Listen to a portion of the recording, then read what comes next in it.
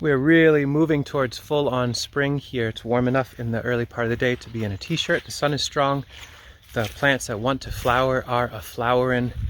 The ground is still really moist, and so it's easy to transplant and put in dormant bare root trees. It's a really abundant and lovely and positive and affirming time of year. With our Edible Acres project, we try to generally err on the side of highlighting those things that feel positive and affirming and abundant, and share notes to that end. We share things that don't really work, but always in like a hopeful spirit.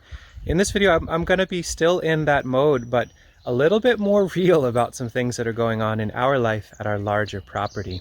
Right now, I'm standing on roughly the northwest corner of our 6-acre property in Trumansburg, New York. Juan is with me today. We're always pretty much working together on amazing things. You can see him over there. And we're in the process right now of cleanup crew of a kind of, well, I'll be honest, it feels a little devastating. It feels pretty insulting and pretty difficult. The neighbors to the west that run the conventional orchard that we've been managing their excess water for years, I've documented, and I'll link throughout this video a bunch of times where we shared notes on pruning hedgerow in order to catch chemical spray. They identified that the debris that we had laid up had been about 1 foot or 2, maybe in some spots 3 feet over the property line, and rectified that with machine work. And in doing so, also ripped out everything that was protecting us from their spray. And that includes something that to me was actually pretty special. This is a service berry. It's one of the largest that I've ever seen. It's still trying to flower as it dies. I think there are bees on there probably actively trying to pollinate those flowers and enjoying, probably there's enough nectar and honey to make it worth their while. But that tree will certainly die. He ripped it out with an excavator. It's laying in the sun. And so that's that for that tree. I did explicitly ask him not to rip that out. I think it was actually on our shared property line, but it had to go for some reason. So we're left with a pretty raw open wound to the west of us. And I should just acknowledge that there is explicitly no legal question here. I laid up the brush wall 10, 12 years ago based on what I could observe in the hedgerow. I found old Osage orange posts and barbed wire that ran along with a stone wall that felt like, hey, this feels really reasonable as a common agreed upon rural wall. And so I laid up the brush on the inside of that, but the actual stakes, I was off by a few feet. And so the machine work is done. He is technically and legally absolutely covered in this. So there's no, I'm not trying to go that route. I'm not going to try to go down a route of like, we're going to film the spray and call the cops, or like, we have to repair what we can repair on our side. And that's what this is about, is plants helping us repair some people problems. So there's work to be done. What we had of a really rich, diverse, wild, shrubby layer on the other side is eradicated. It's a raw, open mud pile. I think he'll plant some pine trees, maybe, maybe not. I don't know. That's what he said. It's up to him. A bunch of our fence posts had been ripped out with the excavator because I think they were within a foot or two, maybe one was a foot over the property line. So we have to redo our fencing here. All of that is gone. And this is technically ours to work with. So we're going to redo our metal fencing. But we also have, I'm calling it the EMT crew. Let me take a look at them. Got a couple nice loads of plants to help us do some healing and protecting work. We've got our steadfast willows. In fact, we've got a whole cart of cuttings from the willows and from our neighbor Ian's yard. And we have some other nitrogen fixing characters. There's gumi in here. There's sea buckthorn and autumn olive, all really competent and capable of handling a fair bit of water and also degraded landscape. And I think they'll be some pretty amazing allies in helping to repair what happened. The real heavy lifters are in this cart. These are Miabina and Vigorella cuttings from our neighbor Ian's spot. I had these soaking in creek water for a few days, so they're nice and hydrated and ready to go.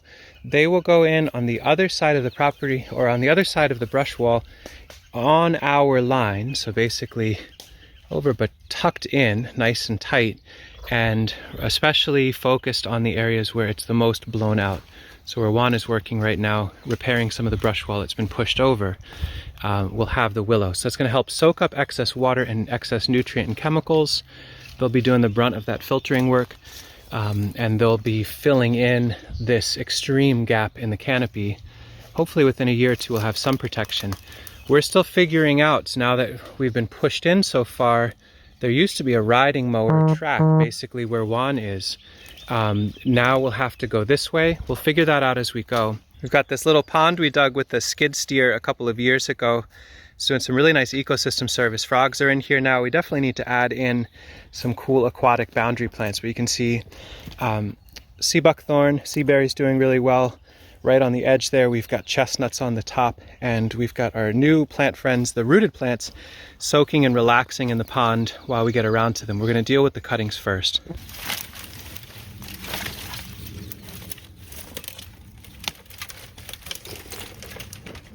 On the other side, it feels a little eerie over here. I don't want to hang out too long, but I can see where the post is. I can see the legal absolute truth of what he is correct about, and there's a post on the far end.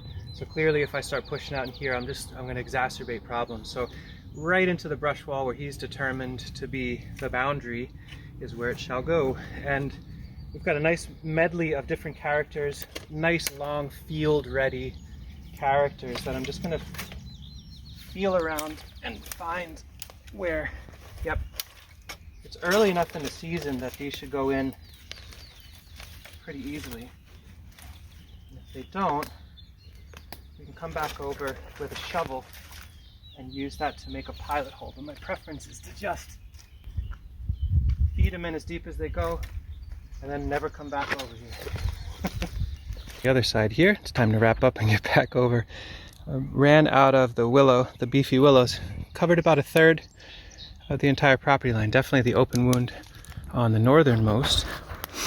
And every 2 feet or so is a Miabina or Vigorella cutting that is 2 to 3 feet long. You can see them sticking up there in the debris.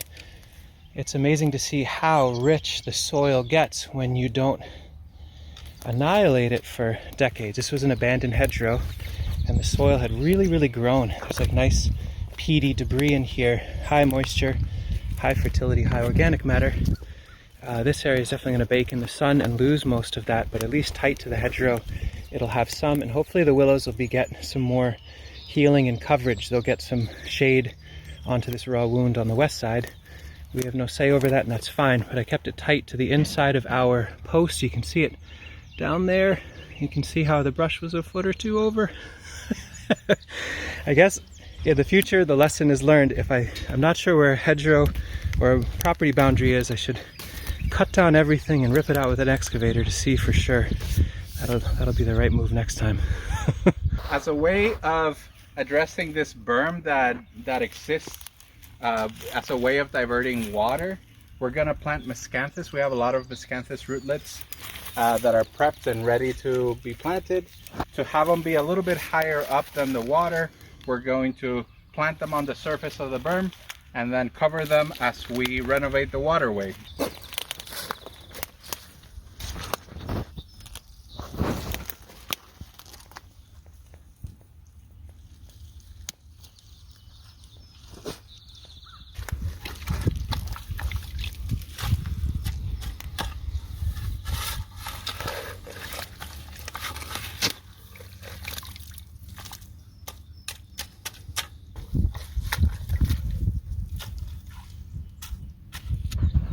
Juan's covering those up, and that's going to help the water, because it's their field water comes down through this hand dug ditch, and we'd enjoy it returning to their field so they can enjoy it themselves.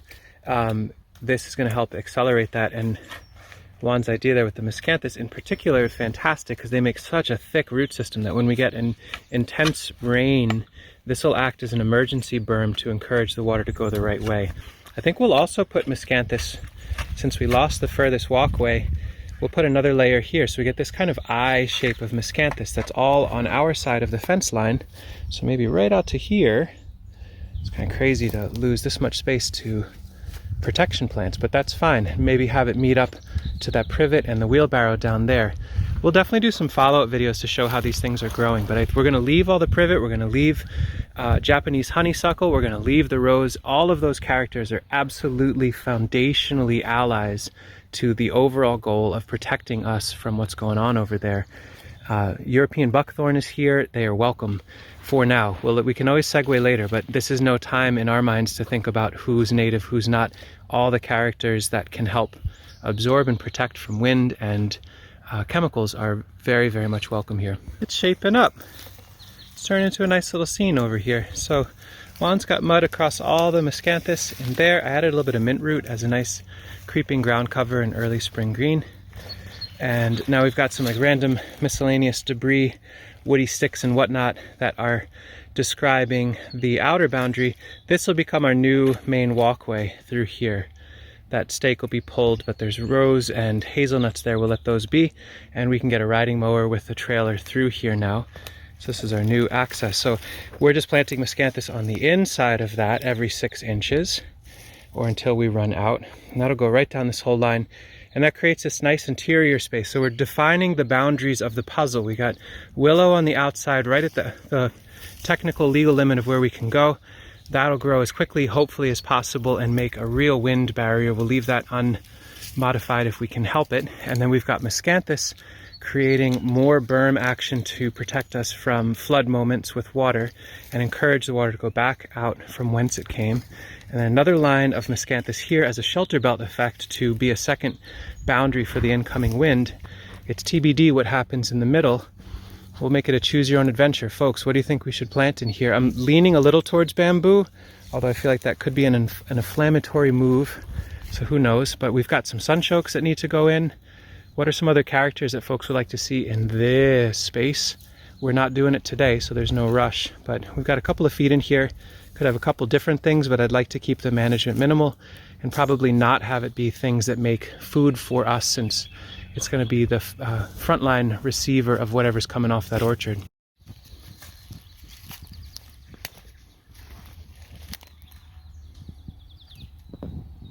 And now we're starting to move towards planting out some little polycultures and guilds. There's an autumn olive and Siberian peach that repeats.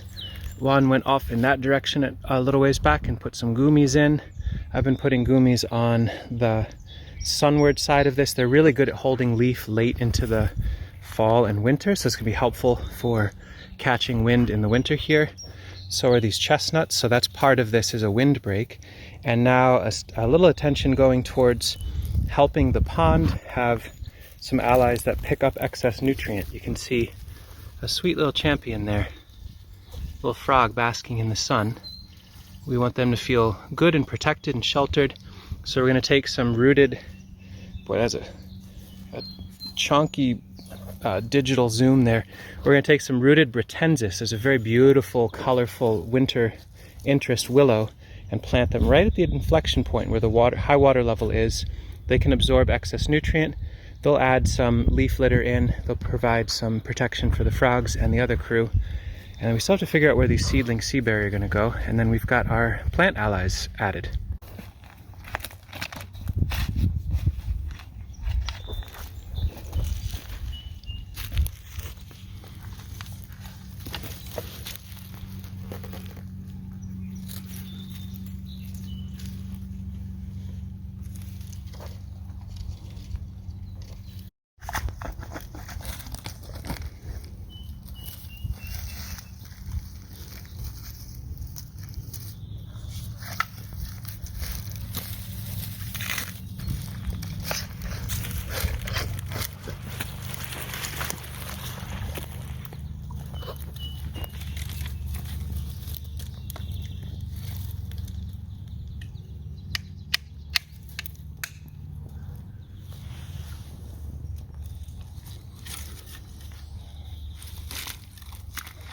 Real formal planting technique here.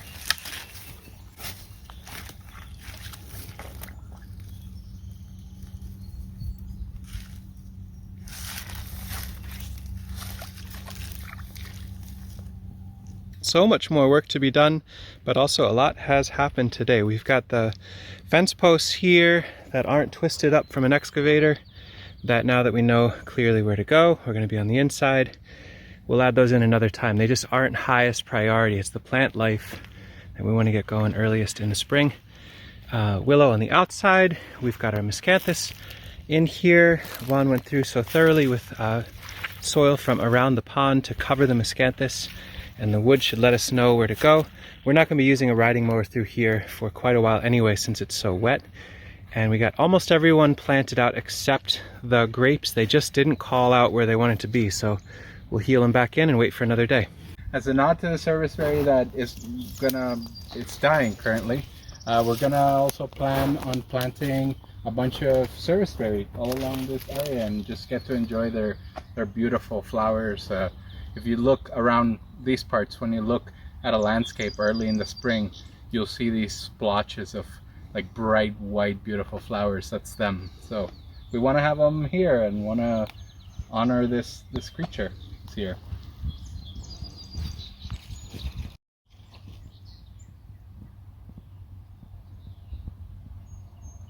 Feels tough experiencing this, and also it's an opportunity to really lean into the plant ally crew that we are around and amongst all the time. So I'm hoping for folks that are I feel like this is not an uncommon situation where you live somewhere that you don't actually have much legal, I mean maybe technical legal, but not really much protection from folks being pretty raw in what they're up to in their landscape. It could be actually much worse. It could be like fully tilled over there with tons of gnarly chemicals beyond. But let us know in the comments, are you in a landscape where you're dealing with challenges of incoming questionable water or air from neighbors or industry? How are you leaning into relationships with plants and soil movement in order to mitigate that? Let's keep that conversation open. We will absolutely share some updates on how this unfolds as these plants wake up, and what all happens there. I'm hopeful he follows through with his idea of getting in these pines. So he's going to plant some pines there. That would be sweet. And in 5 or 10 years, that'll give us some protection. And so in the meantime, we'll see what we can do on our side. Anyway, that is our leaning into plants to help deal with people problems. Thanks for watching.